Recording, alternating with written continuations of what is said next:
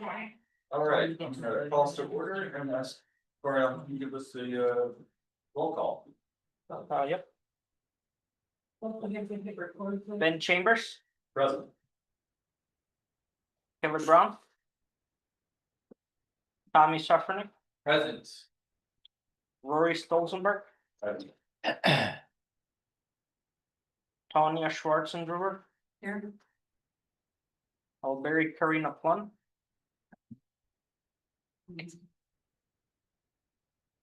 Lonnie Murray. Here. Charles Proctor. Sandy Shackelford. Christine Jacobs. Sarah Simba. Here. Jason Espy. Present. Bill Palmer. Here. Mitch Huber. Present. Hi, Mitch. Could you please state the reason for online attendance? Based outside the radius in Richmond. Thank you. Sarah Pennington. Here. And Garland Williams. Present. Thank you. Next we'll go to the management public, also of their is here, so councilman is present. We'll move on to management public, not seeing any. Can I get a motion to accept the agenda? I second. Thank you. All in favor, say aye. Aye. Any opposed? Any abstentions? All right, right along. Can I get a motion to approve the meeting minutes from our last meeting? So moved. Second. All right, all in favor, say aye. Aye. Any opposed? Any abstentions? All right, next items, item 4. MPO Technical Committee officers. Thank you. So as you all know, the officers of the technical committee consist of a chairman and a vice chairman. The chairman and vice chairman will be elected from the membership of the technical committee and shall serve up to, well, for 1 year or until a successor have been found, and shall be eligible for re-election. So the election of officers shall be held at the technical committee's first meeting after July 1 of each year, and those members elected to office shall assume their duties at the conclusion of the meeting during which the election is held. A majority vote shall be required for election to any office. So this discussion today is simply to identify if any new members would like to assume the positions of chair and vice chair. Yeah, so we're not voting on anything, we're not even really nominating, we're just sort of seeing if anyone is interested in taking on the responsibilities of chair or vice chair. I'd be happy to continue in my role if you'd like me to continue doing so. I'd also be happy flip-flopping if you want to. No, I'm good. Okay. If anyone else needs to step up, then you would perhaps take over for us, so we also have to do that. Open up for sort of discussion.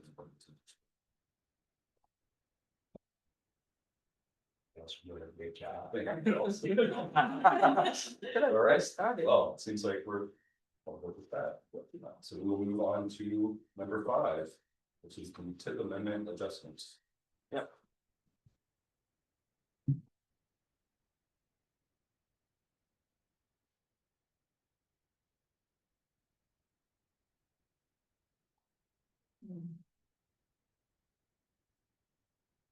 Right, so in your packet agenda, there was a memo for the tip. In it presented 2 adjustments and 1 amendment to the tip. I will start with the adjustments first.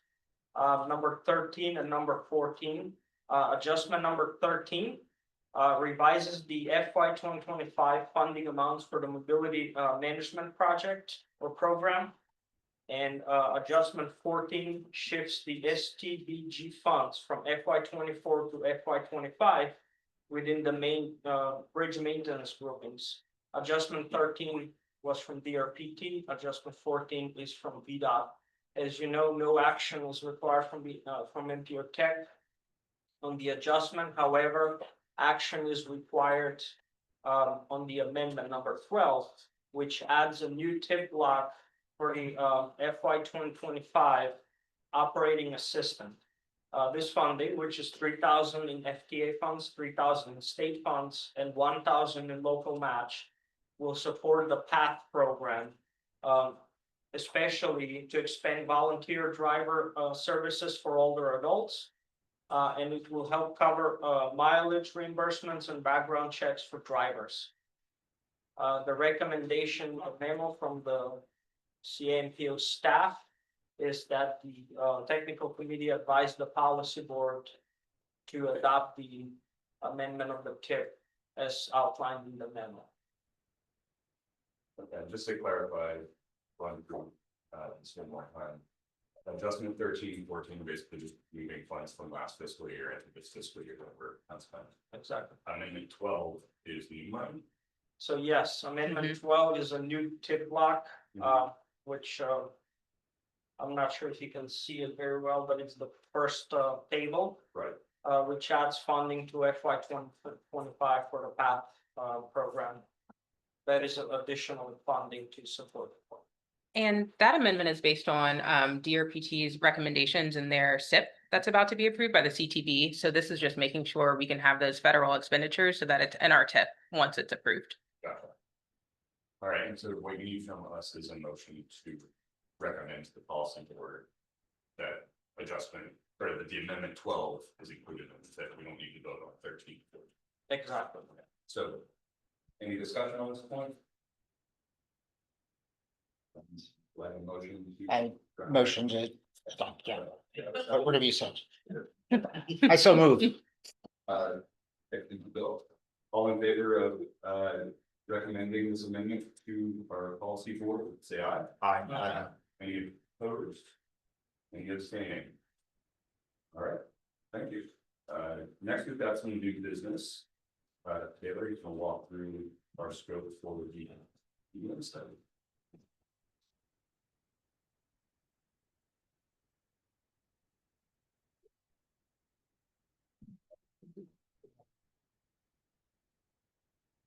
Morning, everyone. So included in your packet is a draft scope of work for a transportation demand management study. What we're looking for from you all today is any feedback that you have on the draft scope, and if it fits regional needs as originally intended, is this useful work for us to do for the region? So this was originally identified in the fiscal year 25 UPWP, and it's currently scheduled for fiscal year 26. That will begin on July 1.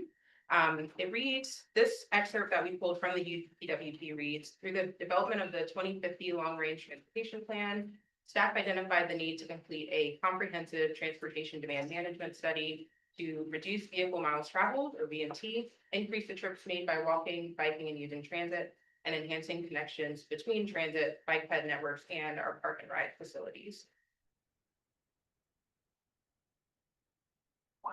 Before drafting the scope of work, staff reviewed other studies that similarly align with what we're looking to do. The first of which is this mode shift study, VMT reduction strategy by Metropolitan Council, the MPO, out of the Minneapolis-St. Paul metro area. This one probably most closely aligned what we're looking to do through the scope of work for this study. And they use trip characteristics that they identified through a regional travel survey and estimated the feasibility of mode shift for all other modes from car to bike or pedestrian modes.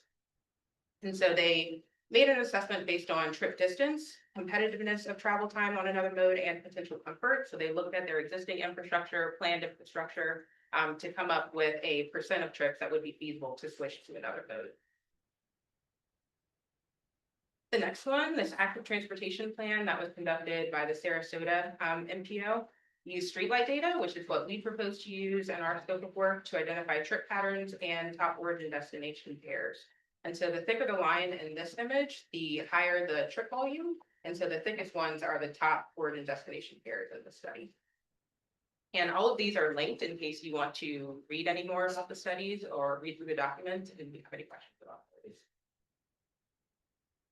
And the last one that we looked at is an origin and destination report by the Collier MPO. They used replica data for their study, but similarly identified travel patterns both within the Collier County and between sub areas in the MPO area.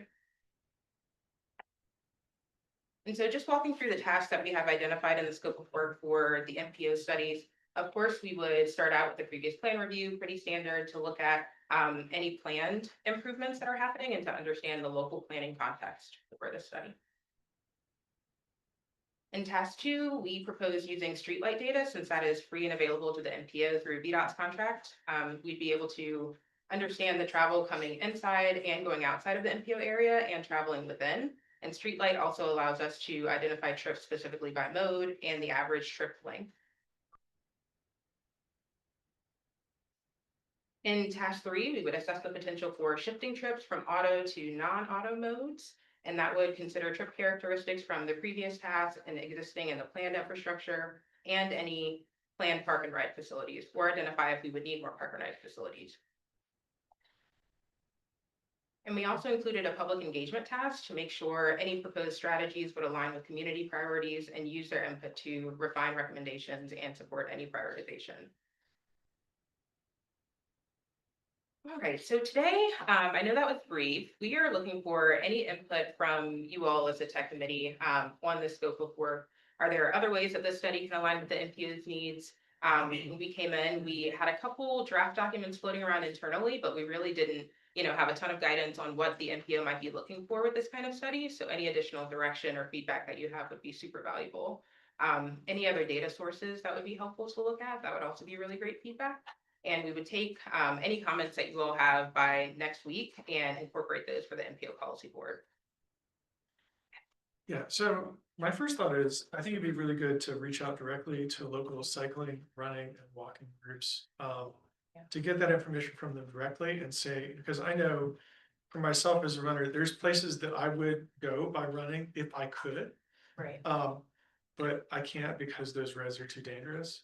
And so I think getting that information directly from those people that are large, cycling, and there's also more, and I don't really know how to quantify this too, but although a lot of my running is recreational, it's also deferring travel because my ability to go out and run in my neighborhood or go for a walk in my neighborhood means that I'm not going to later have to make a lot of doctor appointments for, because I've got heart disease or because I've developed health problems. I will not have to go to the pharmacy to pick up medications that are avoided by virtue of exercising. So I wouldn't avoid using exercise data in terms of, reducing trips because that is, that is avoiding, other things that I would have to do otherwise. So. Right. That makes sense. On the data sources, we've used streetlight data in the past. Yeah. It has not maintained its fidelity with biking and walking trips. Those have gotten harder for it to estimate and measure. Yeah. So you may need to pull in some other sources for that. Maybe exercise data like Strava would be a reasonable patch to add in on top of that. Right. The other thing, I think I've read this in your scope, that you're going to be focused on employer destinations. So reaching out to UVPT to make sure that you understand where their parking commuters are coming from. Now we can potentially divert some of those folks from driving in, probably the largest source of our EMT. I think what y'all are talking about is like, how do you get those like latent demand, right? Like demand that you can't measure because the facilities are so create such a barrier that people would use them in places that they can't. There's a pooled fund study that's done by the University of Minnesota called the National Accessibility Observatory. Yeah. And one of the things they do, they have a really good network on like level of travel stress for the networks and things like that. So that could be a way to sort of understand, maybe as another layer on top of this data, is where are there really high levels of travel stress between some of these origin and destination pairs. Right. Because that would show you that there's a network barrier that's preventing people from being able to go to some of these places that might make sense to. Isn't that, Sandy, is that the bike LOS sort of? It's Like, that- is that stress level? There's layers of how Yeah. more stress. They have it for all modes. They have transit, they have vehicles, they have bike, I don't know if they have bike and ped separate, they at least have ped, I think, but you can get some sort of data to measure the network to Right. like see how comfortable or uncomfortable it might be to see if that's aligning with some of these other. So it might be worth looking at Arlington County also, the work Yeah. they've done in their bike world as well. Which deals with like essentially LOS is about facilities and comfort, speed, Are you talking about level of stress? level of Service or like- stress? well, I don't know what LOS. That's different. They're Yeah. metrics. The city, in the citywide bike entrance, they have level of travel stress or level of service, I think. For all of Yeah. What are you measuring, Tommy? I don't know, I'm very confused. I think we're talking about level of stress here. I think if we we're are. talking about Well, alternative modes. Okay, right? I've done level of service, bike level of service, and it is about level of stress. Right, yeah. It's sort of gauging by the proxy, you have the different factors, whether there's a presence of a facility, is it separated, is it shared lane? What's the speed? All those factors get factored in and you have like a ranking skill. Most of those factors come down to measuring like the tension that someone would have if they're on their bike or what. And it's not for everybody because it doesn't necessarily calibrate to the spandex people or to the like, little 2-year-old riding a bike, but it's an index. Isn't this what EPR is doing, with the West Main Bridge? Street study, So there are some metrics. I think one of the challenges with what they're doing is that that's going to be very like location intensive to like collect the data and do that. So if you're looking at doing this for a network, that would be really difficult to do for every single location if you're going out and observing and doing the measurements and things like that. So it would be helpful. I mean, it's up to this group in the MPO, but I think in terms of like the scalability, if there's a data set that's already available that you can use to pull that information in, that would help make it an efficient and scalable process to do that more consistently. Yeah, I think something like that. And- Oh, sorry. I think Mitch has a question. Mitch, do you want to go ahead and unmute? Sure, yeah. I was just had some data recommendations. I know Vision Eval, John Miller in the VDOT office has been working on supporting that effort. And that will be most helpful in, I believe, phase 2 of task 2 of your study. And it's able to quickly develop scenarios and like impacts of different policy situations. And so that could be really helpful to reach out to him and integrate that. As far as like walkability data, I know I've heard a lot more about Strava data as an option to supplement streetlight data. I know that they're kind of competitors in that vein, but they specialize more so in than just general streetlight data. Getting potential for like data collection is like getting bike ped counts. I know David Cook has mentioned multiple times that they can rent out or lease out their bike ped counters at their specific corridors you're looking to get an idea on prior to doing kind of model development. And then when you're doing or talking, or when you do get to the later phases, comparing your scenarios or selected scenario with TDPs for Cat and Jaunt and seeing if their capital plans align with, what is realistically going to, what's feasible for transit service, in the next 10 years or so. Another thing I've seen that's really helpful in these types of studies is doing like land use overlay or getting like a walkability propensity score, based on mixes of uses. That can be a helpful metric to see it's not just, level of stress, it's also like level of interest, how likely are people going to be walking or taking more shorter trips that are more feasible using non-motorized means. That's all from me. Mitch? You've also looked at some of this data, for our sidewalk prioritization, Yeah. so we can share what we do through that and look at what data sources we. Tommy, a quick little Google search says that there are both two different systems. One specifically about stress. They says they're different but similar. They're all about, one's about facilities more, one's about the perceived level of stress. So level of service is about sort of the metrics and the concrete. And the level of stress is what's the level of stress for LTS one, for cyclists and children, LTS fours, since suitable for fearless. So I think they're both useful. Perceived, but it's also, all right, well, this facility along this part corridor has X, this is the traffic volume. And Yeah. here's the speed, so it's not that's more than just perceived, that's like hard data. But it's all here. I mean, we don't have to scope out all the details of each methodology. It's both tools at our disposal to assess. And back to Mitch's thing, sorry, talking so much. Mitch's density, diversity design and density, diversity design, destination. Those factors that he talked about, that land use metric would be really useful, and not just looking at like hospitals or shopping centers or those kinds of things, which are generators, absolutely, but there's also you can go deeper. Schools. So V-Trans, if you go to like the interactive V-Trans website, they actually have a metric that is like walkability or transit scores and things like that. So there's already a metric that you wouldn't necessarily have to create that data. Right. You could. It's out data there. That's already included. For example, how much do we want to make sure that what we're pointing to as our transportation demand lines up with what the state is saying? Yeah. How they measure. You're right. What their priority is. Is there data on what roads, excuse me, I know that one of the things that really affects the walkability, particularly in my area, is not only whether there are things like sidewalks or not, but also the margin widths, because there's some roads that have no margin at all. Right. And so is there any way of knowing which roads are missing margins on some of those? Well, BLOS level of service is sensitive to factors like lane width, traffic volume, presence of heavy vehicles. And it's used in the highway capacity. Yeah, so I'm sure that the lane width would include where that shoulder would be. Yeah, because I think that's important. And then also the curviness of a road too, I think is something Geometry. intangible, but that's another thing that can provide a big safety risk for people on a road.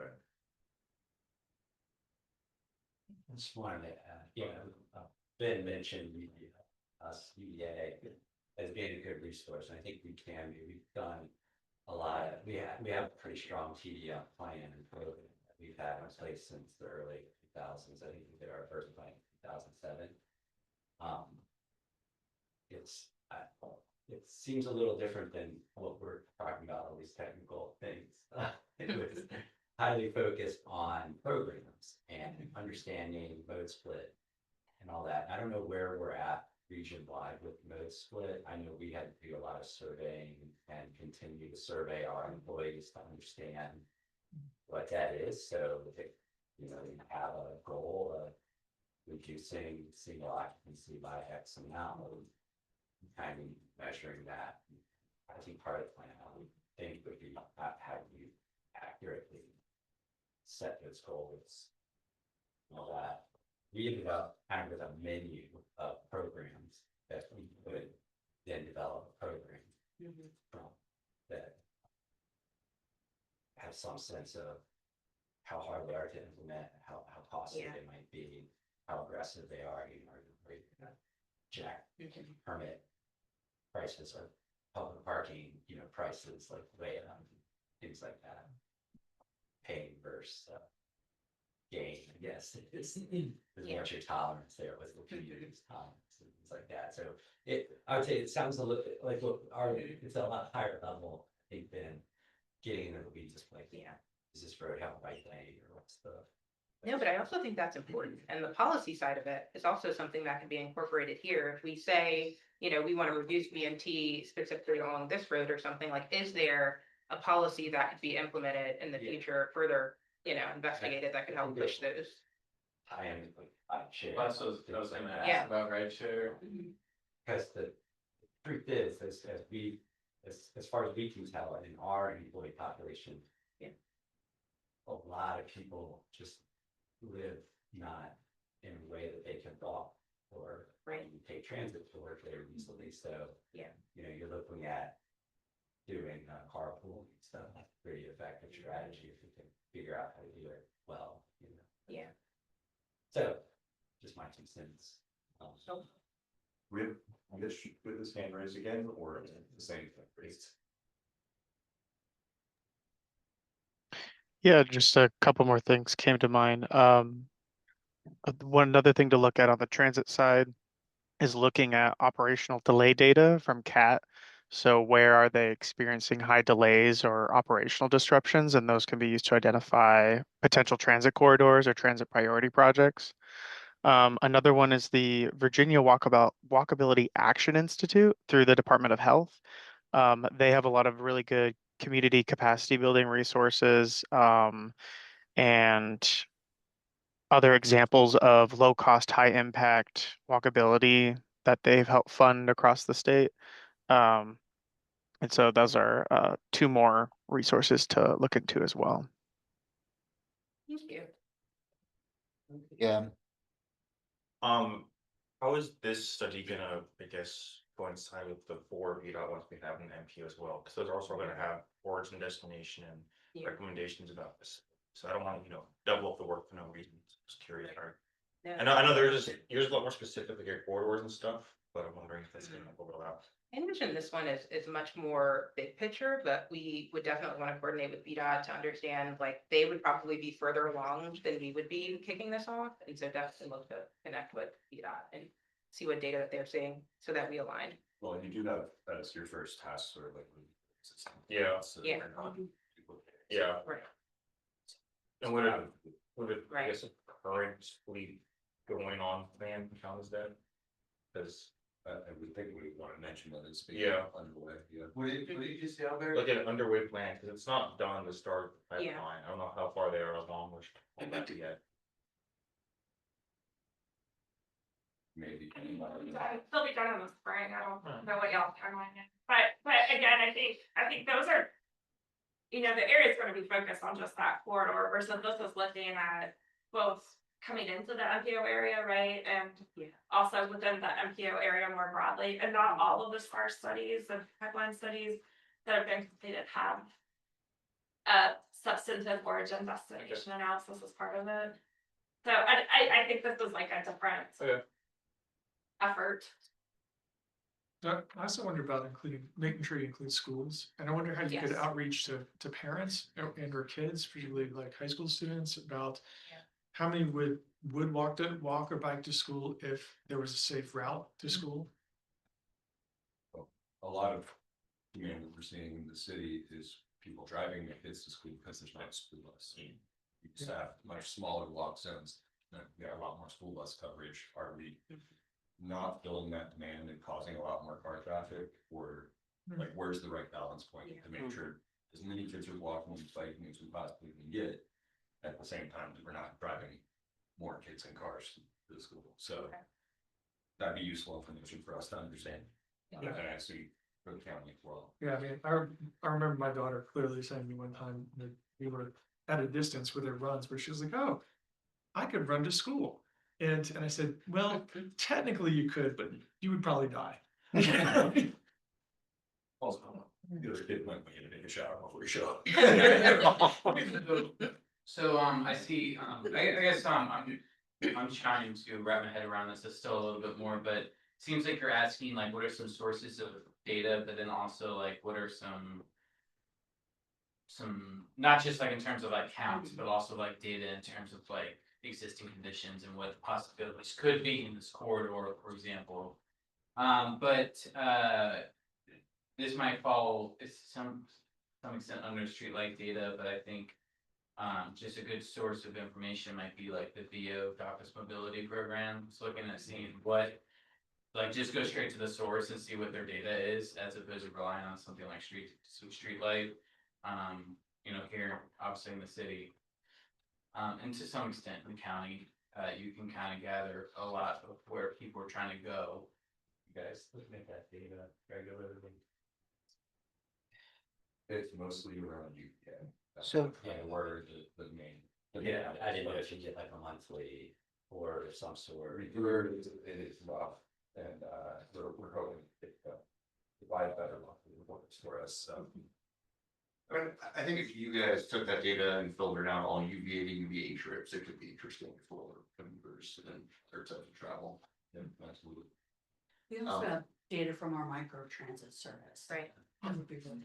Yeah.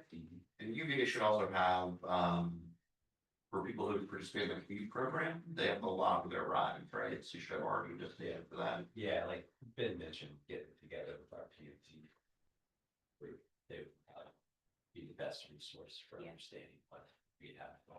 Yeah, they were really useful during the development of App and Express. They're figuring out where are all these UDA employees that we're trying to bring in and out and actually living. So it was helpful to actually Yeah. figure out how much BMT are we taking off the road with App and Express? And then sort of, does that turn into emissions benefits, and congestion benefits? Yeah. So it could be useful for you.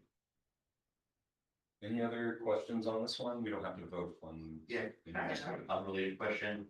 Well, related to not related to the previous discussion.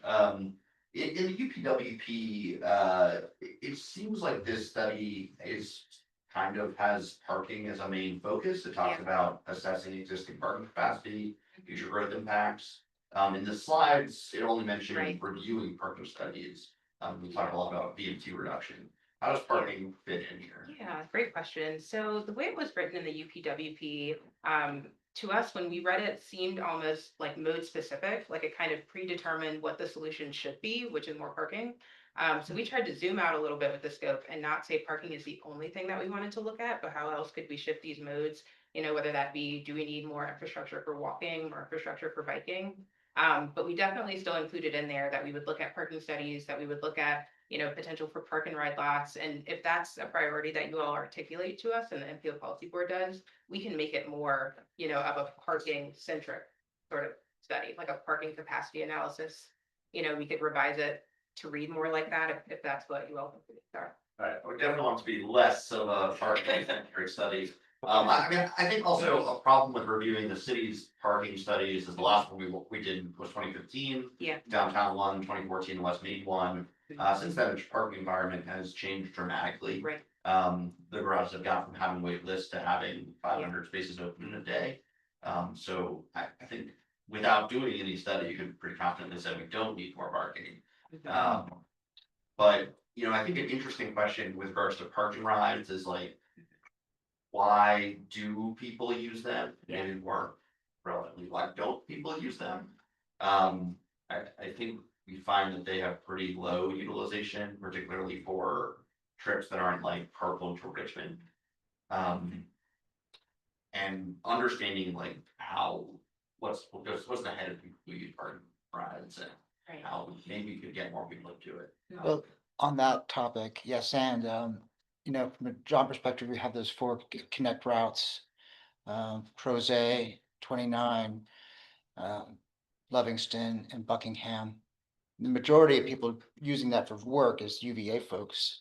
Some people the downtown. I would love to know, are there more pockets of employees out there where we can like reach better? And you know, is there Green County, like right on the line there? Are there a lot of people there who need to drive in? So in terms of travel demand management, it'd be really, I don't know how it's can be do really useful to find out where some of these folks live, like almost an origin destination of like UVA employees or whatever the big employment centers are that here, they're attracting people to come to Charlottesville, where do they live? So I would love to know. I think a challenge I was faced as a UV employee was the lots where most people can afford or can even get parking.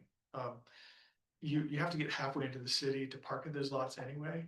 Like by the time you drive to Scott Stadium, you're almost there anyway. And at that point, you could, in many cases, walk or run to the rest of the distance faster than the bus would go. Right. Whereas if the parking lot was like outside the city, like, you know, like Fontaine or on the edge of the city, then there would actually be an incentive to take the bus in. Versus like, there's almost no incentive to use the bus because most of the travel is that edge of the city to the parking lot.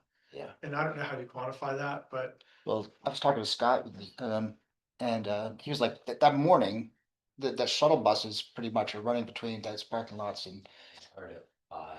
they start at 5 and they're cranking. Buses. So Need a lot of people. And we are building 5 garage at Fontaine that will become commuter line. It'll be able to shift us out of the Emmett Ivy Garage, which is one of those, Bonnie, that you mentioned, is kind of, you're kind of in the city already when you get to that one. Yeah. Would UTS then Yeah. connect? Yeah, Yeah, they're gonna connect and they're adjusting their route. got it. They handle that. So the main routes will be like something where like a Fontaine, Scott Stadium to the hospital. And we'll still have the JPJ area to the hospital route as well. And to further that point, that is one of the benefits that have been touted about both the connect routes and Afton Express, is by taking those transit routes from those outlying areas, you kind of avoid that whole shuttle bus and parking situation, because they have very specific stops, you know, at the hospital, at central grounds, to kind of take that out of, you know, the part of the day, and to simplify the routine of that.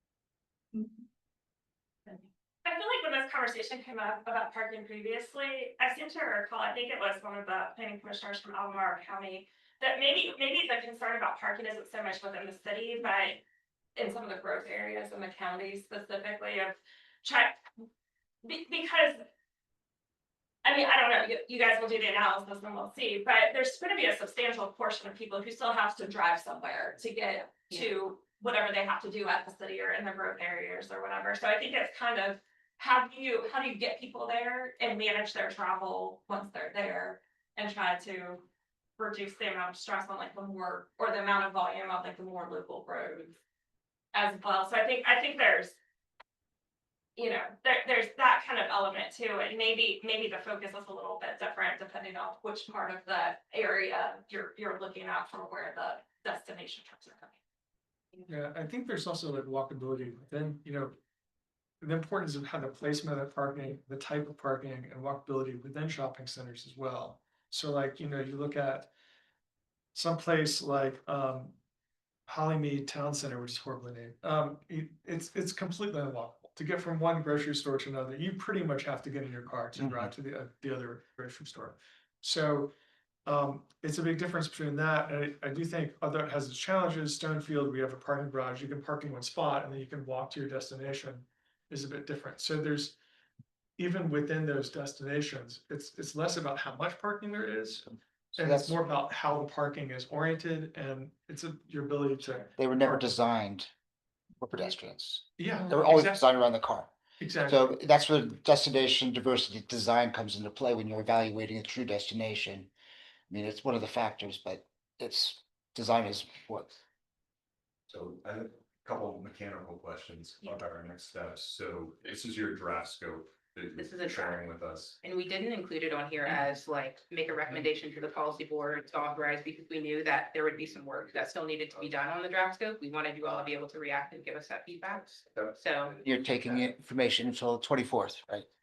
yes. You can email that to you. And then you'll take this to the policy board on the 25th. Are you just looking for feedback from them, or if they have to vote on this at all? So I think eventually we want them to vote on it, probably not at this month's meeting, but the next meeting after that, just authorize us to say, this is the work that we think, the direction that we think we should be going. And so just looking to get similar input from them on it at their meeting this month. And then once you have that, is the next step, is staff working on the scope, or are we going to consultant? Do we have Staff working on this. the staff? Yeah. So keep that in mind. Yes. It's like, as far as like our data sources and the scope, the level of the scope for the work that we'll do, staff will be doing. So the staff will be doing the work eventually? Yes. Yeah. Okay, so next month, or next time we meet, we'll talk about your recommendation to. Yes. Also, but until then, need to do some homework and some reading. Right. If you have any edits, feel free back from Yeah. MPO staff here. Yeah. All right. Thank you, Taylor. Thank you. Next up is Garland. Yeah. And share the FTA low no project as. Alright. So I'm gonna set this up that, I don't know whether everyone is aware, the NOLO program for transit from FTA has been around since 2016. In some form of capacity. And every single year, different administrations have increased the funding. the current funding that was funded through the infrastructure investment fund is about $5.5 billion. It was funded in 21. It was for 5 years. This is technically the last year, so 21, 22, 23, 24, 25. We're hoping that there will be another round of NOVA. It's administration, we don't know, so that's why we want to potentially take advantage of an opportunity to get some funding. There's major capital projects that CAT is working on.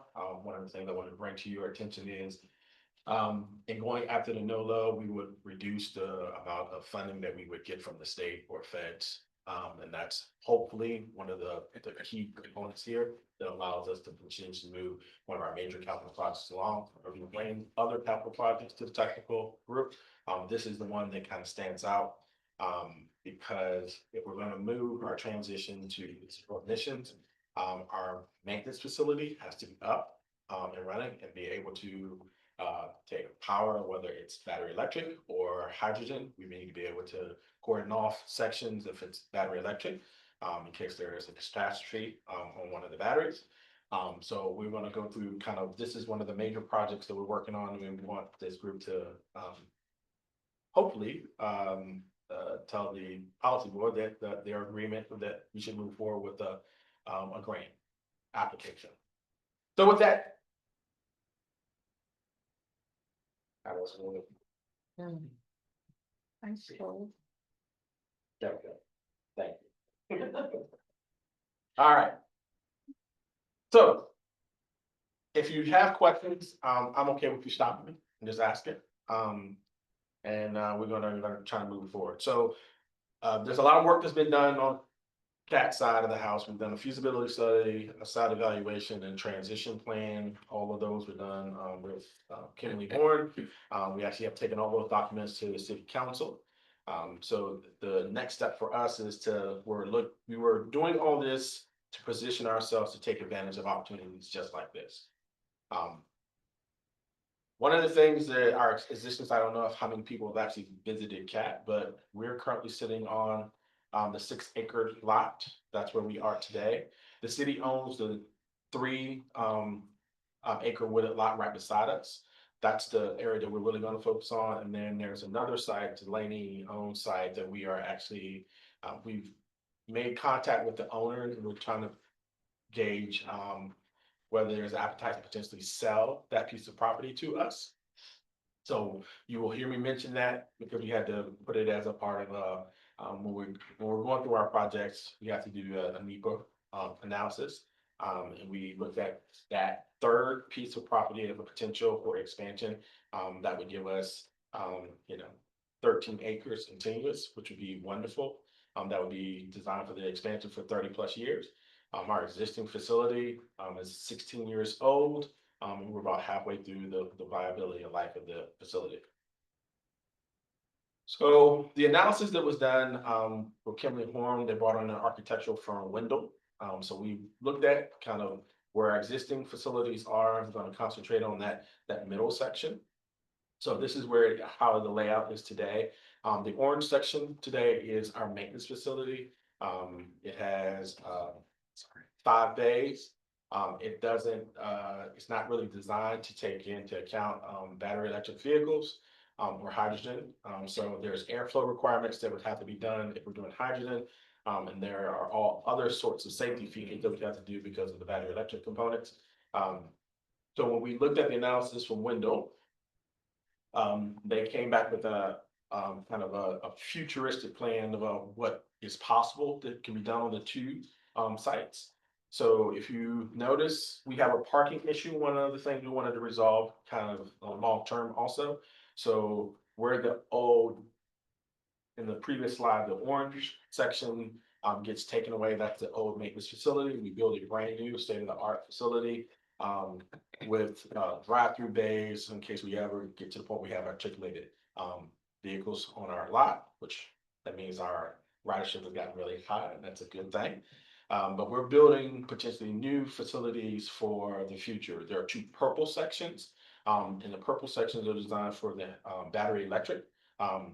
So there's I'm gonna mention that we're right now working through an application with, the state that we're looking at, purchasing 2 battery electric vehicles. We have to have, charging facilities, available. So the bottom section, right now is where we're gonna potentially, have, kind of our pilot, for a battery electric. So the layout would be the green section, on the corner with the box. That's, central section where we would, put a hydrogen electrolyzer. So we would do on-site hydrogen, long term. First, there would be, if we do the project as a part of our pilot, we would, look for a source that we would be able to ship, deliver in with storage facilities. The long-term effort would be that same location, we would convert it over, for on-site, hydrogen generation. So where are we? The infrastructure in our, a plan, we asked Kimberly Horn to kind of look at, what does it take for us to potentially get through, all of these projects, and what are the final costs? So if you, all of these things are actually on our website, so if you want to take a look long term, you'll be able to do so. So one of the things we're going to concentrate on, we call it our phase 1 maintenance facility. That's the most important piece. Preliminary, figures suggest the facility is about $37 million. Between 37 and $40 million, in FY25 terms. So when we're going for the grant application, we're going to be sharpening our pencils. The application that, the resolution we have before you that we'll talk about, says 39.9 million, and that's because we're anticipating if it gets funded, there's, steps. It's going to take us about a year, to finish all the steps before we can actually get to construction. And by the time we get through 2 years, the costs, we factored in what it would potentially cost us 2 years from now, 2.5 years from now to complete the project. So assumptions that we made is that we're trying to make sure that we get, the city has plans to be 0 emission by 2050. We want to stay on target for that. There's upgrades to the electrical that we need to make sure that it happen. There's no, vehicle cost assumptions in this figure. We're just strictly talking about the maintenance facility itself. And then we're, hopefully going to be able to move forward with, the project as a current project. We're working through the state, and so that it becomes a reality, for funding opportunities, in FY27, and 28. So we asked Kimberly Horn to help work with us, and lay out kind of a cost structure, so you'll be able to see how, we would fund this potential project, which is why we're just going after the NOLO grant. There's design, for the, hydrogen component, and you can see that it's in the yellow section, and then in the phase 1 section of construction, you see it in. Remove that. What date? I guess.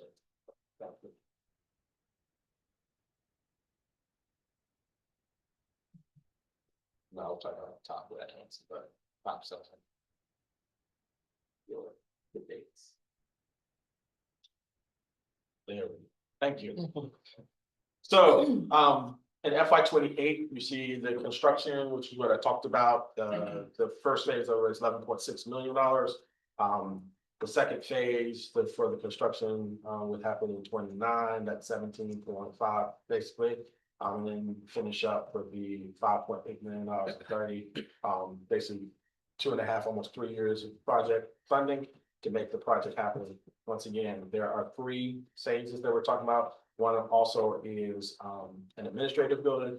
If we're ever going to move forward with that, we would bring that project back to this technical, committee also. But we're really concentrating on getting the maintenance facility done, because that's the major piece that's driving all of this. You got to be able to fix the buses that, with the new technology. So that's what's driving this whole component. And this is the last shot at the NOLO, we believe, because the current administration, hasn't expressed any interest in. awarding a new round of funding for the no load.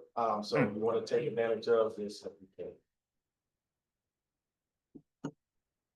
All right, so what does it cost for us? So in today's dollars, they basically say it's $37.7 million to build a new transit facility for us. Planning and engineering is $2.7 million. And the construction breaks down to almost $35 million of straight construction itself. So that's where you get to $37 million for the project. 2,550 square feet of maintenance facility, space, 7 maintenance days for buses, 5 of them for single buses and 2 drive-throughs for articulated. Are we considering getting articulated buses? So there are projects that are, that I'm aware that have been talked about potentially having, higher demand. I wouldn't call them, I would usually refer to them as BRT projects, but they're not BRT projects at 2029. If we're gonna use anything like that, we believe that there's pent up demand on that corridor. So there will be potentially usage for in certain areas we would have articulated. We have really narrow streets here, as you all know, living here. So there are only certain areas of town where we would be able to put in articulated. But once again, it's a planning project. We need to plan for the future, and if the future allows us to get higher ridership and higher usage on certain areas, the facilities need to be able to handle whatever vehicles that we're going to allow. And it's also a good thing to be able to drive through, because we've seen in maintenance facilities where you have a breakdown and you can't get the vehicle out there, and you're trying to tow it out by using a bulldozer or something to get it out of there, forklift system. It's easier to push than it is to pull.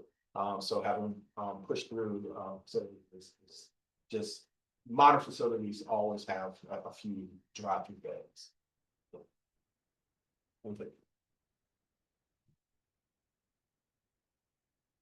All right, so one of the other things that we were looking at is we took actually 2 groups of folks to Champaign-Urbana. And we looked at the facilities there. The Champaign is the MTD transit system, Champaign-Urbana, which is they do services for the University of Illinois. Champaign-Urbana, they are transitioning their fleet, which they have hybrids in their model today, to a 100% hydrogen model. So the purpose of taking the groups there was to show that the reality that the technology, one, exists, that it works, and that the facility and what kind of improvements we would need to make to our existing facilities to be able to support that. And I know Jason and Ben both were on those trips. I would say we came away, I'm not gonna speak for them, I'll let them talk for themselves, but I came away very impressed about the technology, what they're able to do. The environment there is very cold, so they get 20 below days. They didn't have any issues with the vehicles. No range concerns. It's a true 1-for-1 swap out from your traditional diesel buses or the hybrid buses to an alternative fuel zero emission fleet. So that intrigued us, and we started our look, and we've actually put it into our transition plan that we would start a pilot in 27 or 28. 28.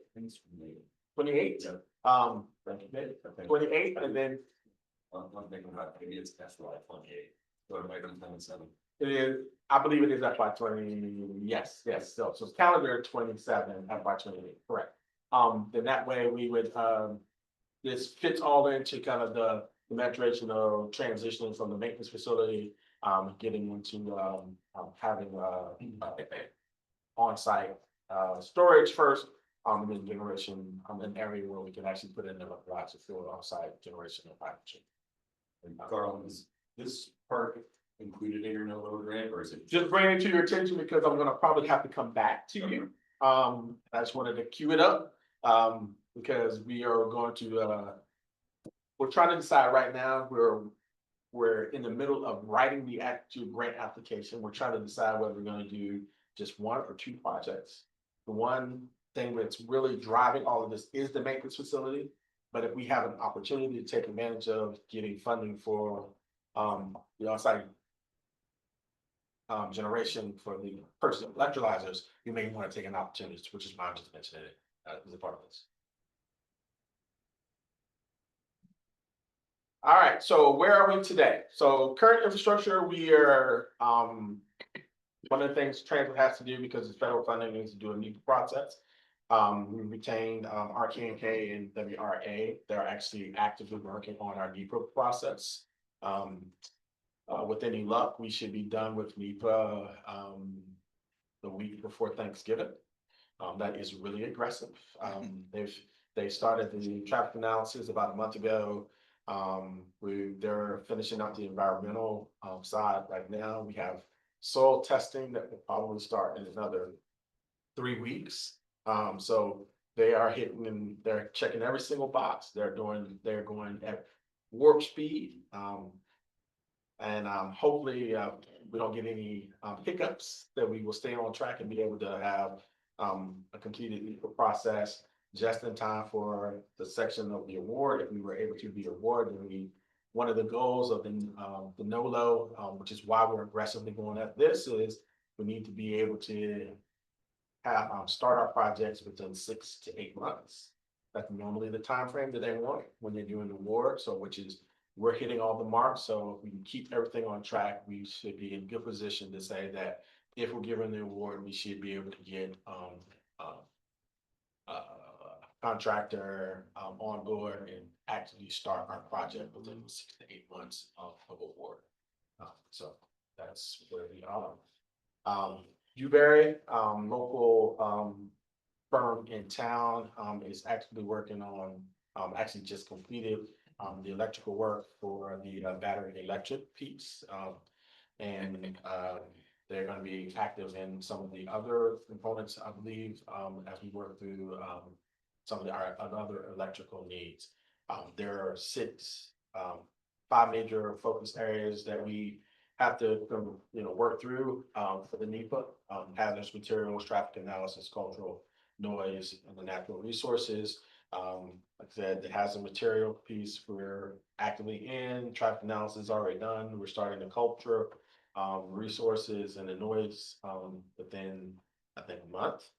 So they're going faster than I've ever seen anybody go through a NEPA process, which is good. So we hired the right firm and we were able to just hit our marks. So target areas, once again, city owns the middle section. We were mentioning the third property because once again, we are trying to see whether there is any interest in potentially selling that piece of property to transit. Once again, that would give us 13 continuous acres, which will allow us to do future expansion. Our size is becoming an issue because as we want to do more service, we're going to be doubling our fleet size. We do not have enough storage space where we are today. So section 2 becomes critical. We need to plan it out really well, but we also need to take care of parking. So there are a lot of competing areas that we need to shore up as, within the 2 allotted pieces that the city controls right now. An interesting fact is Delaney sold the section that the wooded section right now to the city over 18, 19 years ago. So which is why we were trying to actively see if they would be willing to sell the remaining parcel to us. There's not major interest. They want to talk, but we'll see what happens. Our goal is to go through the NEPA process and get a CE, which is a categorical exclusion, which is the lowest rung on the as far as FTA is concerned about capital projects.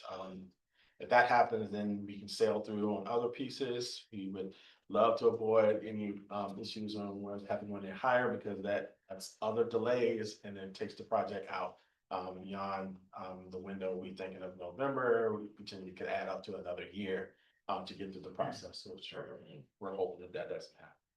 And those lower two or higher two are unlikely because you're owning existing training facility. Correct. So And we also own the second piece of property, so we're not really, And it just was a wooded property before transit. where where we currently are. Wait. I believe so, 45 years. yeah, I think. Super close to No, nothing like that. So, another project that I wanted to kind of mention is because, just highlight the fact that we were awarded, 2 battery electric buses from, the state. We're gonna put in an order, but we have to get the infrastructure to be able to also, charge those buses. The estimates say it's gonna be almost $4 million to make that happen. We're working with the state right now to work through that project for award. I believe, CTB is, looking at potentially, funding this project for us. I think we should find out next week. I think that's this week. This week. For the, CTV is next week, actually. Yeah, next Tuesday. June 5th. So let's keep our fingers crossed. Huh? What if they don't? No, we've got to move toward getting temporary. So we're gonna be able to charge it. It's whether it's permanent or temporary. But permanent makes more sense because when we build out, we're not gonna be hopefully moving this equipment. This stuff is pretty expensive.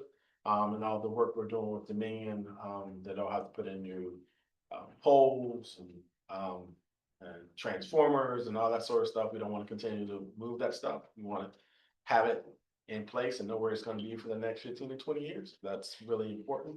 It also saves us additional costs and potentially moving in on a second time. So that's the goal for this project. Just want to highlight the fact that Bruce and his team, and Bruce White is our senior project manager. He's actually shared component. He's 60% CAT, 40% Public Works, and he's kind of running all of our major capital projects. He's been in touch with Dominion. We've identified potential areas to put the battery electric equipment. So we're actually shrinking the amount of space that's on our facility already, before we even talk about expansion, because we know we wanted to add service. So this project that we were talking about, where we're gonna have to, we're gonna have to do something with lot 2 anyway. And then we need to go ahead and solve our maintenance facility issues. So all this is coming together nicely, but this is where we would potentially have port charging equipment for up to 8 vehicles. Our first initial would be just 6. The 7th and the 8th is probably not gonna come to fruition because we talked with Dominion. The cost factor associated with beyond 8 is pretty expensive, and we need to have either permanent or temporary. Well, there needs to be charging ports in the maintenance facility. And so we have to run that to the facility because as we're working on those vehicles, you need to be able to have power to do so. So there will be 2 ports that will be put in the existing facility. There will be some upgrades we have to do to take care of that. So we'll be able to maintain our existing fleet while we're building the new, and then remove that equipment and put it in the new, when it's all said and done. Okay. And I believe that's it. That's one of the, yes. Any questions for me? I guess there been any changes, like in the federal NOFO for the NOLO program, is it basically the same as last year? So the amount of funding, you mean changes in how we? There are, we saw, with some other transportation things, Yeah. crazy stuff, like prioritizing high birth rate areas or whatever. Yes, we are constant, yes, there in the NOLO, there is a section on families, specifically how these major projects can benefit large families. It specifically says in the NOLO, which was interesting because how do you define a large family? is it 5? Is it, there was no guidance, it didn't say like, family that had. Ben said that guy, not girl. So, we've retained, RK&K, to help us with the application, the writing of the actual grant. They're in contact with, their federal contacts, see if they can get some guidance on, some of the language we need to make specifically about especially the family section that's in the NOLO. So, which is why we went with them, because they are working on projects for other, transit agencies, so, they're getting firsthand information, and the goal for us is to have our grant application completed by July 13th. It has to be submitted by the 16th. So, and I'm sorry, our grant completed by the 10th. Final reviews, submission, punch everything on the 13th, because it has to be done no later than the 16th. So it's pretty tight turnaround. So we are hopeful that technical committee doesn't have any issues with this, and would recommend to the policy board that we move forward and support a cap with a discretionary grant application for NOLA. And it's just to clarify with MPO staff, this is not like amending the long range transportation plan or anything like that. It's just giving you an endorsement on your application. That's correct. We have to come back in, the projects are funded, we still have to come back and actually add these to the long range transplant. Thank you. And is this whole thing eligible for NOLO, or do the other facilities or the main facilities, are they going under that sort of concurrent grant? Yeah, for so- the bus facilities. Great, that's great, great question. So it's NOLO, and then there's a section of it, it's called bus and bus facilities. This would be under the bus and bus facilities component of it, because it really fits in nicely with, well, capital projects of this size are attractive, ribbon cutting opportunities, one. But they also factor into the fact that, as transit facilities, get bigger and want to run more service, the state of our equipment actually keeps your costs down, because the preventive maintenance side of the house will be able to fix things faster. There are things that are in our facility that were built 15, 16 years ago, that you wouldn't do now. You would design the facility differently.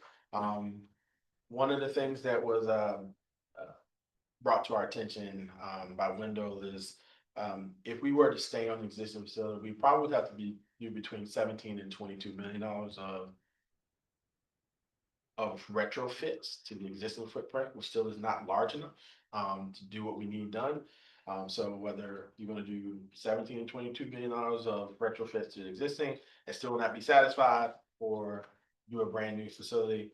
And also, if we were to do the retrofits, we would still have an issue, because you're actively trying to fix things in a workflow, which is ripe for injuries and concerns. So building a brand new facility while we're able to continue to operate out of the existing facility makes perfect sense to us, which is why we're going this route.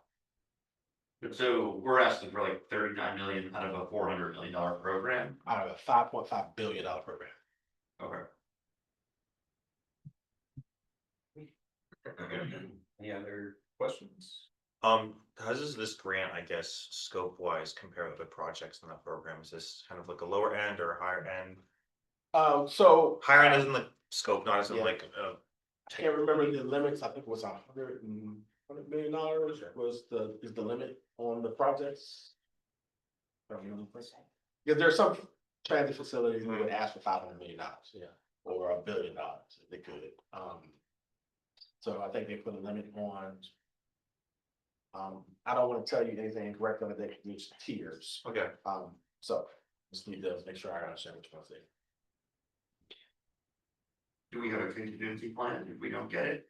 We're gonna go through our normal process with the state and apply for our normal grant cycle and see if it works that way. Just last question, how do school buses fit in, the school bus system got, They do not. they don't totally separate? Totally separate funding. We have to keep it that way. There's different funding streams. Uh, which is why there's total separation in our existing model right now. I hate to say it this way, but that's how everybody refers to us. Transit up on the top of the hill. School bus is actually on the bottom of the hill. We don't share, they're still all city employees, but the books are all separate every single thing. So we keep there's no commingling of funds. The school bus is finishing up its electrification process or planning process for. They are. So that's correct. They in conjunction with sustainability, we went after a grant to do a pilot of sorts at a school bus with 2 battery electric, the first round, and then two the second round. So they'll have 4 battery electric school buses. That planning process for that is started, it's active. The transformer has been ordered. We should be seeing real activity on that side, probably September, October timeframe. With the goal of having everything built out by next May or June, I can't. So, active project, a lot going on in transit, whether it's pupil or public. So this is a great time, and we're going to take advantage of some thorough money that's still available to us if we can. Any other questions? Well, we'll get a motion to recommend to the policy board that they endorse the application for the FTA low known grant that CAT is pursuing. Some of them. Second. Second. All right, all in favor, say aye. Aye. Any opposed? Any abstentions? Should I stay? These transit agencies. That's a good question. Stand to. Will you pass it by then? All right. Yes. I think. Great application. All right, Florian's gonna give us an update on food safety Blue Ridge.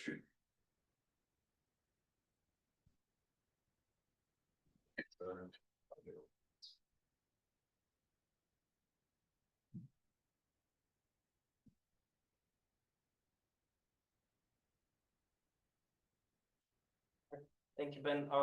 My name is Goran Georgievsky. I'm the project lead for the Move Safely Blue Ridge project. Here today to present to you. And this probably will be the last presentation for this grant, as the project is near its completion. Online is Danielle McCrane. She's part of the project team from the consultant.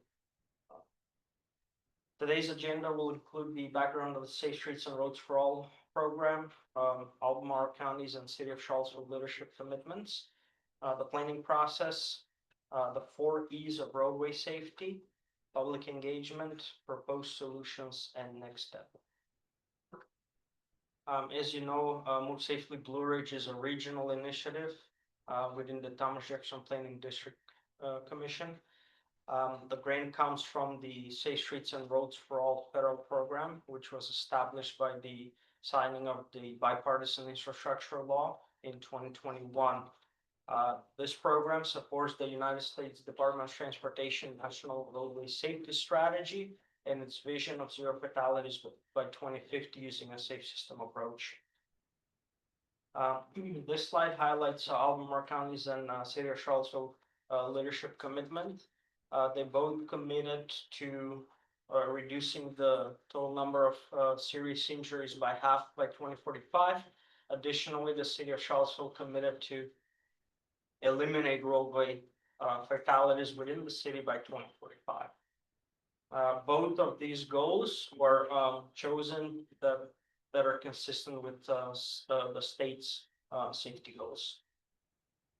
Before I talk about the planning process for this grant, I want to acknowledge the project team who, besides planners from TJPDC, consisted of the working group members. I want to say thank you to Albemarle County and City of Charlottesville for their support in this project. It would not have been possible without their feedback.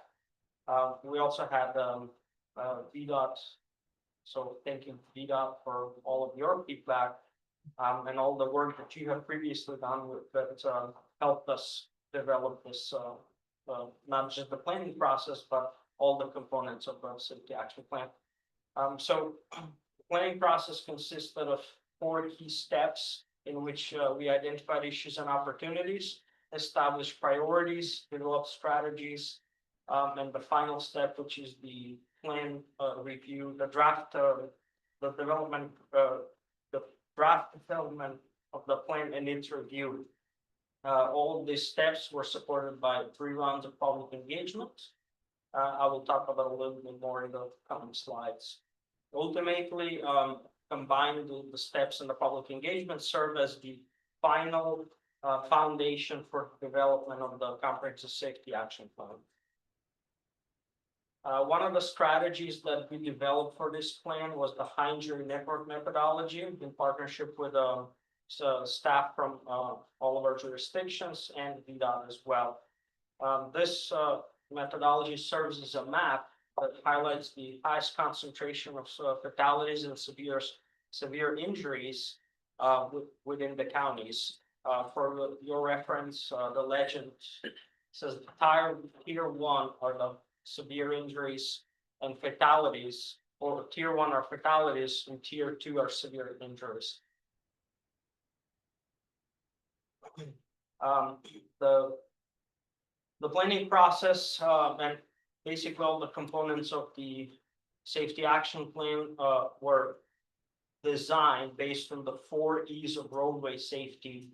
The goal was to design safer facilities for all users through engineering, build a culture of roadway safety through education, reinforce safe travel behaviors through enforcement, and save lives through emergency response. Public engagement was a key component for the development of this plan. It was really important to hear the public feedback about potential solutions, but also identify the issues and opportunities that they face every day when traveling on the roads. In round 1, I want to say that in round 1 and round 2, we gathered that feedback through a survey. We went where the public was to engage them and gather that feedback. Round 3 was the review of the comprehensive safety action plan, in which was presented in front of all of the boards in the respective jurisdictions. Before I talk about the proposed solutions, I just want to highlight that all of the proposed solutions were decided or chosen based on feedback from local jurisdiction staff and VDOT. All of the projects that are through VDOT that are ongoing efforts are highlighted into the plan as well. But we have 3 categories of proposed solutions in the plan. One is the spot improvements by jurisdictions. This is an engineering solution or countermeasures that focuses on specific intersections that are identified in the plan as high risk. Then we have systemic improvements. These are proven safety measures that will reduce the number of fatalities and serious injuries across the entire network. All of the candidate locations for the systemic improvements are outlined in the plan. And finally, the third solution, which is the non-infrastructure measures or non-engineering solutions to address the other E's.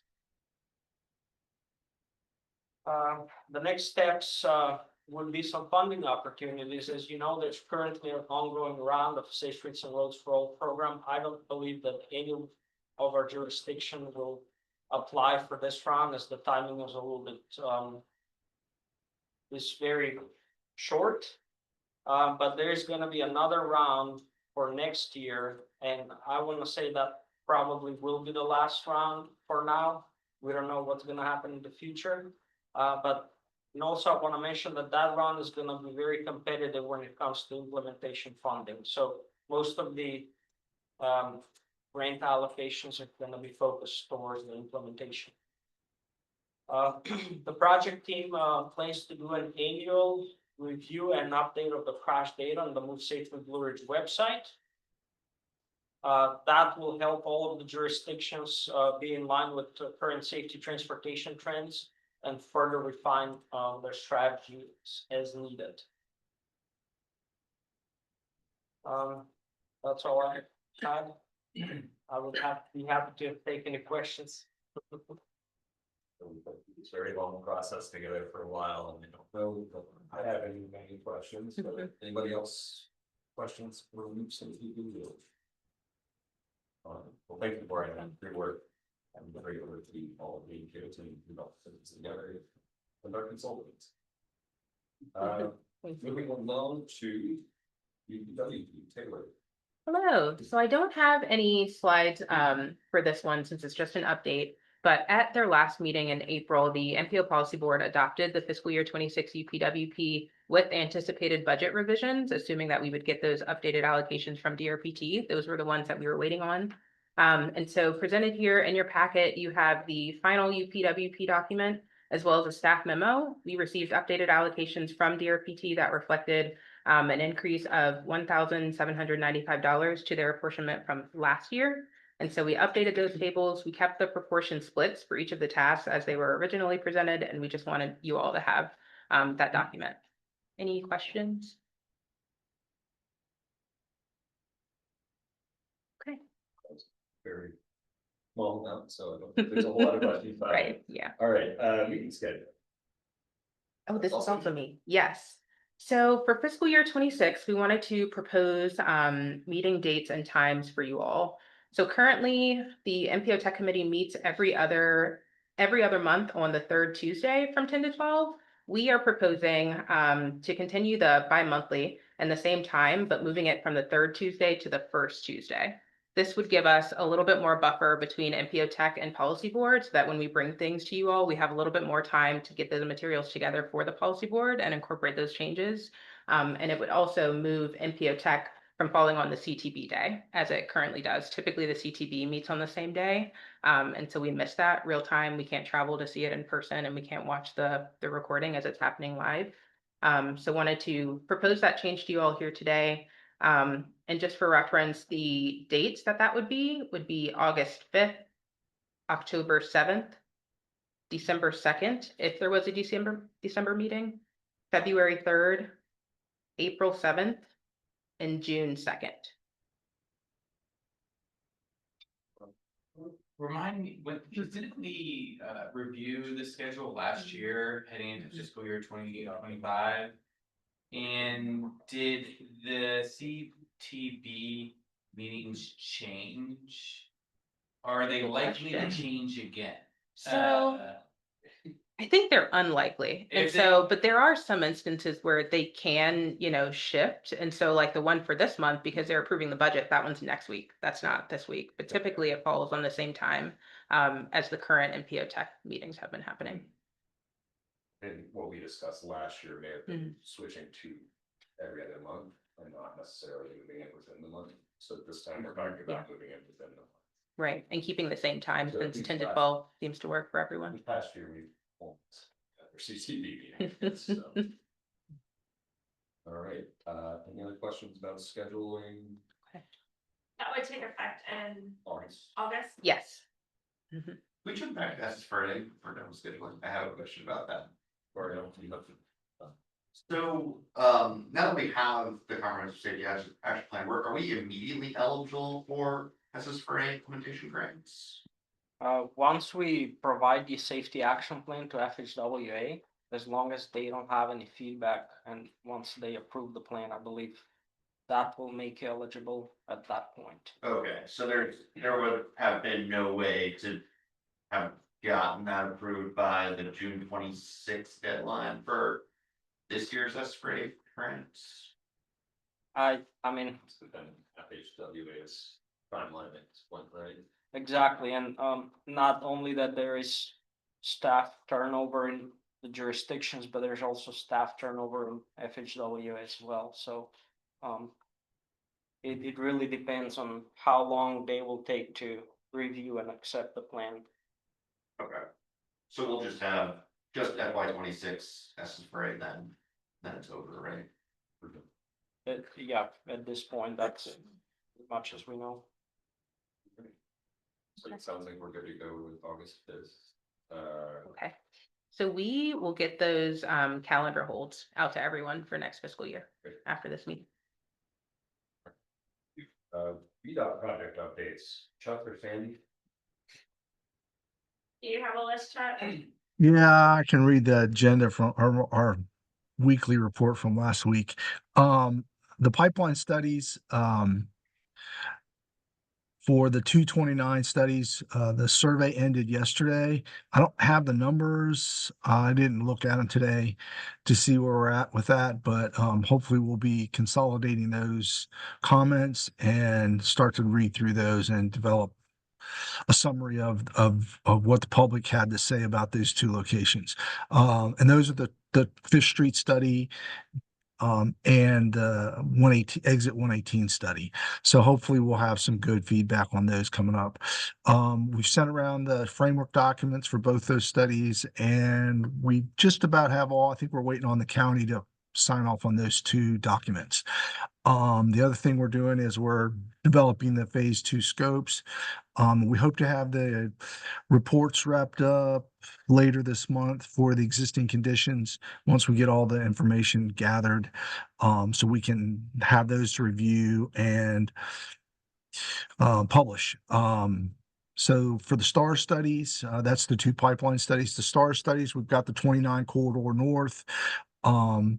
We had our field visits. We had our public survey.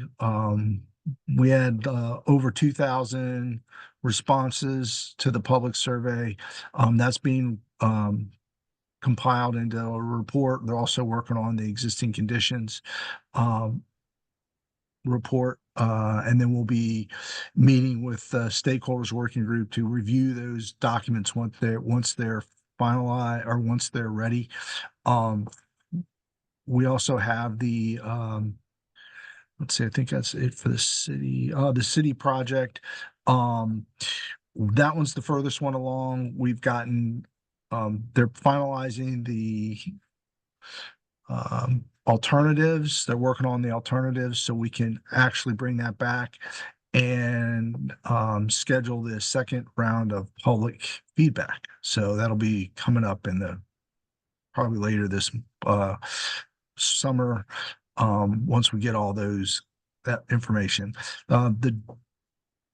For all these studies, we're trying to get everything wrapped up by November on what the preferred alternatives are. So hopefully we can work towards that. The second phase, which is the developing the alternatives and doing the analysis on all the alternatives, that takes the longest of the process. So hopefully we're in that phase on the Ridge Water Street project, and we're hoping to get to that phase in the other studies moving forward in the next month or so. Any questions? Yeah, Chuck, I do have the numbers for the surveys. We had 451 responses for US 29 at I-64 exit 118 and 729 for Fifth Street. And how much for West Main, McIntyre, Ridge? Wasn't that like in the thousands? I think it was 600 or 700. Oh. It's okay. It was a very small intersection. Yeah. You should still be proud of yours. I just thought I remember you saying that it was in. It was, they've all been very good. Any other questions for our friends from VDOT? All right. Oh, I will say the other thing we're going to be doing is we already talked to the county and they requested us a meeting with them. So we're meeting with them next month. I think we're trying to set something up to start the round 7 discussions for smart scale. So we'll be rolling smart scale round 7 out probably later this summer, early fall. Yeah, I think we have a similar discussion with some folks at VDOT for the city for that smart scale discussion coming up as well, so. Looking forward. Yeah, I think Patrick set something up with you guys, so we'll be meeting with you, I think next week, actually. All right, well, all right. That is VDOT's update. We are moving right along to roundtable updates. For City of Charlottesville, I will say, gave a bunch of updates to City Council about 2 weeks ago on what transportation planning in the city is doing. So I won't dive too much into details. Actually, I'm going to hand it off to Tommy to brag about anything bike month or e-bike subsidies that you want to talk about. Bike month went great. Love to have a follow-up bike month, meeting, so that we can especially work with rideshare, and learn more about what, you know, it was from your experience, and I have some ideas moving forward for business and, involvement. And yeah, e-bike subsidy program is moving forward really well. There is a new video on one of the e-bike recipients on the New Bike Seville YouTube channel. So I encourage you to check that out, hear from, you know, people and how much it's impacting people's commutes.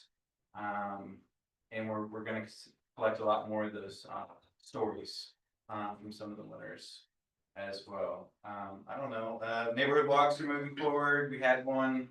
We're gonna have another. Join us. Next month is Ridge Street.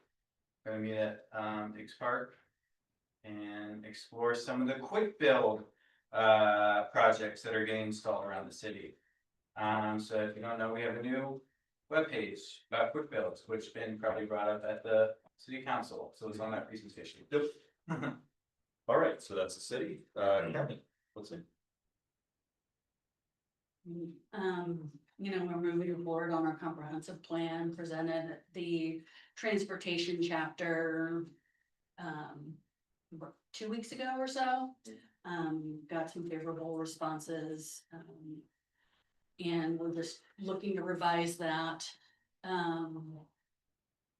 We did go ahead and apply for 2 projects in the revenue sharing pre-app portal, so moving along with those and getting those refined for final application later this summer.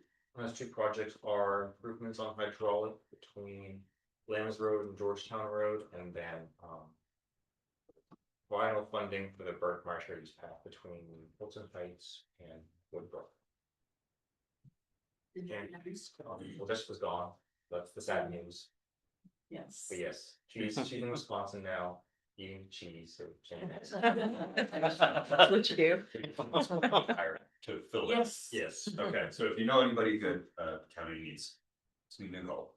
Yes, please. All right, rideshare. Yeah, so following up on Bike Month, which was May, we did our 2nd annual Bike Month Business Challenge, which went very well. We had 10 employers who participated, but which was down a couple from last year. However, the results tripled in what we saw in the number of trips taken and VT reduced. So we had 1,013 bike trips taken and 2 tons of greenhouse gas emissions reduced.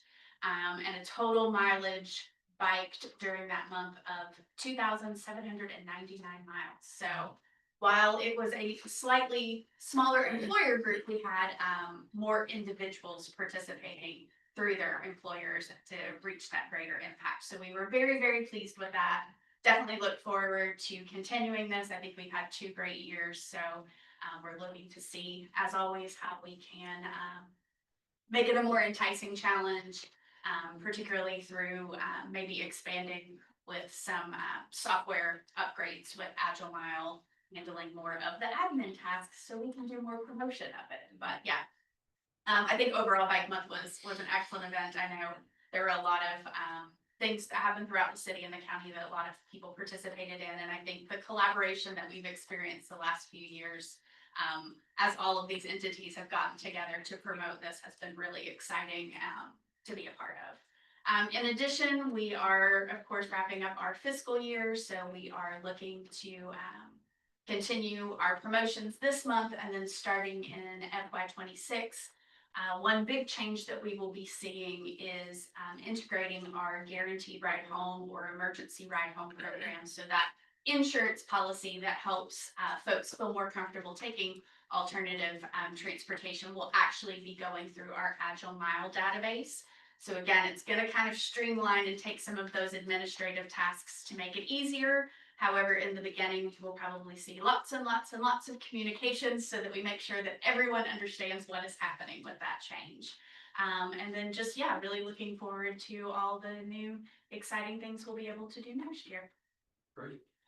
Who won the better the like challenge? It's on the website. I was gonna say, I should have had And that if, pulled up. I will say, Sarah, I just wanted to tell right now, I don't think my Strava data was getting calculated into the. Well, uh, so one uh, one of the things that we are looking forward to potentially, it's not 100% set in stone. We may have to compete with some other commuter assistance programs to be able to run the full challenge out of Agile Mile. So they will do all of the aggregate data collection. And they have a little bit, one of the things that we've struggled with is how do we keep it fair, given the size that employers can vary dramatically. And so some of our calculations to do that are a little rudimentary, whereas they will be able to manage that in a bigger sense. Yeah. But we can definitely talk and look at any of that Strava issues. I mean, I definitely want to make sure that is working properly. Same UVA facilities manager. Yes, UVA facilities management.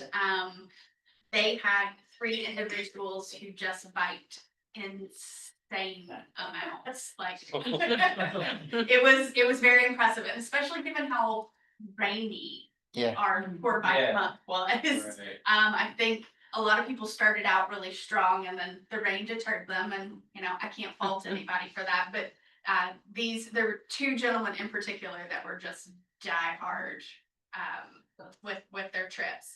But we were also really excited too. We actually had some new participants this year, and we even had someone from Greene County participate. So the event has never been limited to the city of Charlottesville or Albemarle County. We just also recognize that folks' ability to bike is somewhat limited based on infrastructure and safety. So it was really exciting to see someone from outside of the MPO area, but still part of TJPDC participate as well. So continued growth and movement forward with that.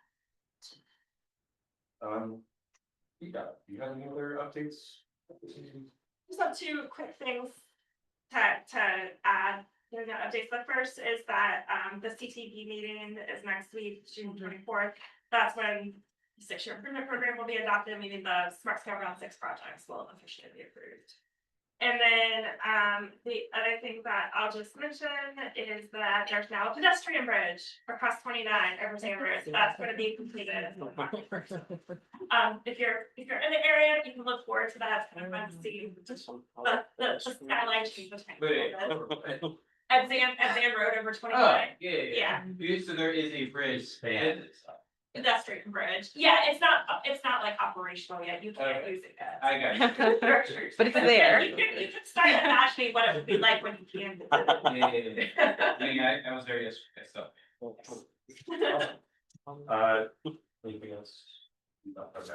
DRPT, Mitch, do you have anything for us? Yeah, just some brief updates. Thanks for getting in the new 2025 certs and assurances. That'll help speed up the 5303 process on our end.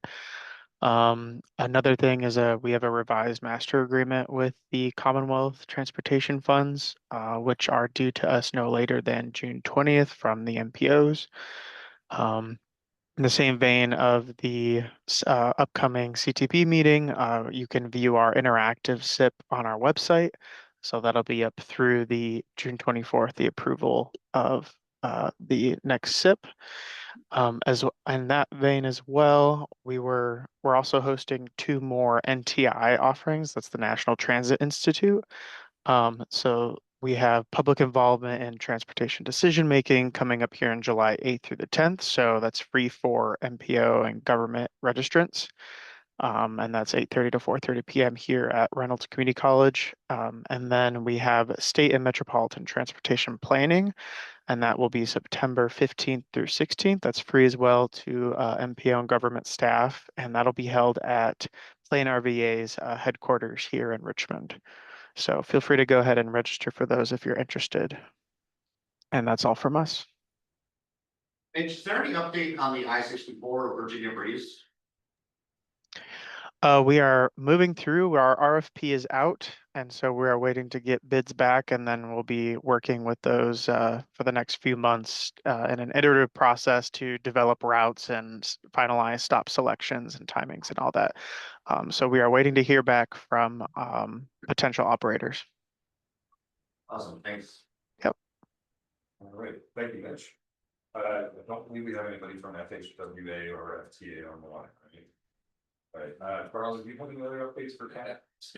Just a couple of good field stories that were process of getting bus stop amenities thing is starting to improve. What I mean by that is you can go by Belmont Park, but you want to see one brand new state of the art bus shelters put in place. That project costs us $125,000. So we need a wonderful, but it's also showing magnitude last year's call to make them 88 compliant. This project is mid-November. That starts June 30th. So we'll be seeing that one, and then other than there's the next round is the funding starting out first. There are 3 county bus stops in the front. So we'll start to see movement on both sides. See, good thing is just really expensive. We severely underestimated how much this thing is going to cost. Our initial estimates were like $35,000 to $50,000 per stop. Even though the lowest ones are costing us, well, there's a couple ones that we've done for about 15, but the most the one costing us like 75 to 85. Those are good things. So we get us closer to maybe we have 88 time, which is which is really more kind of further from shut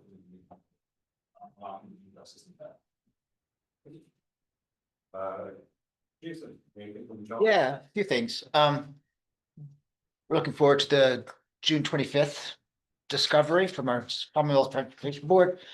We have as you might know, we have scheduling software in that for full transition software as well as for microtransit ADA pilot. Talk more about that if we get that right. We're right now in the middle of a survey. I think most of you will have received either from me or from Lucinda or somebody, Igor, the promotional materials. We have flyers, we have QR codes. So right now it's open until July 2nd, and we have 551 entries, and it's fascinating. We'll be able to share those with you after we present it to the board. Always have to go to our board first, and then we can start to roll them out in meetings like this if you want to hear about it. RTAC, maybe, whoever wants to have a presentation of the results. I can say they're fascinating, so I'll leave it at that. I'll whet your appetite. We've been putting it out in paper in all the buses. There's QR codes in all the buses. We've contacted all media, not just here, but also in the surrounding counties. We've done paid social. Facebook is our biggest, Instagram.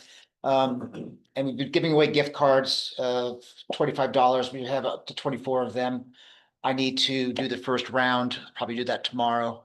But it's not too late. So, just if there's a place where you work, if there's a public area, transit center, I mean, I could give you copies or you can print it out either way. If you want copies of the survey in paper format, we put paper in the bus. And actually, once we put them in the buses, a lot of those riders start to use paper. I was first thinking everyone's gonna use QR codes, but we'll be able to filter all that, figure this out. So it's gonna be interesting results. So stay tuned.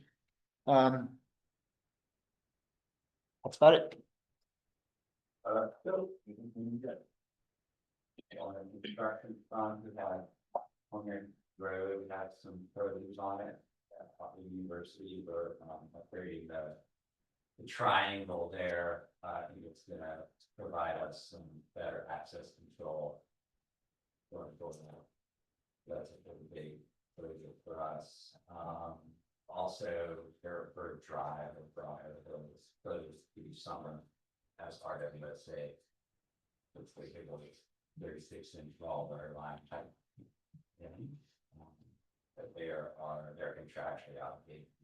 Done by July 31st.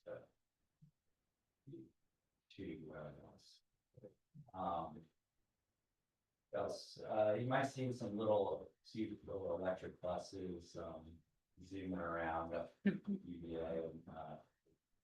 I don't know all the details on that. I understand is we have several of those in our fleet now, and they are kind of, Scott says with the PMT, they're kind of figuring out how best they can bring them our operation. So summer's a good time to do that. Much brighter shit. So they're running them on some of our routes, non-commuter routes this summer to just see how they can best use this. And then I do know in the future we also have 4 full-size buses coming. I think they're in the fall. I don't know in service, but at some point we're starting that version with the size. So it's pretty exciting. Pedestrian, Tommy always been asking me about the athletics promenade. Yeah, that's officially open. That gives full off-road and not through parking lot access from our parks off of Copley Road, the entrance to Fisher-Road and Lochner Road, the track, and Palm Park. No relation. All the way down to across the Goodwin Bridge and on up to the road. So it's a really nice feature there. Especially with all the construction on the IP. Seems to have bypassed that. Yeah, unfortunately, that's another place where there's sidewalk features. And bike lane closures. Yeah. But the Carson Institute, which is positive disclosures, was topping out as well. So they thought. But I think that closure will be a lot. Any questions? I have a question, actually, sorry, quick question. Yeah. Does, I cannot ask it offline too, I'm just curious to Rory, were you asking if the plan would be eligible because you're interested in applying for implementation or just brainstorming and? Well, I was hoping someone would apply for this year's, but there's only 9 days left, so. Yeah. I guess that could be a tough lift. Yeah. All right, I'm not seeing any members of the public who snuck in, so we don't have any matters from the public, so I will go ahead and adjourn this. You got him just a few minutes, all right? Thanks, all. So I'll probably be presenting I was just about that. August 13th. It's our board meeting.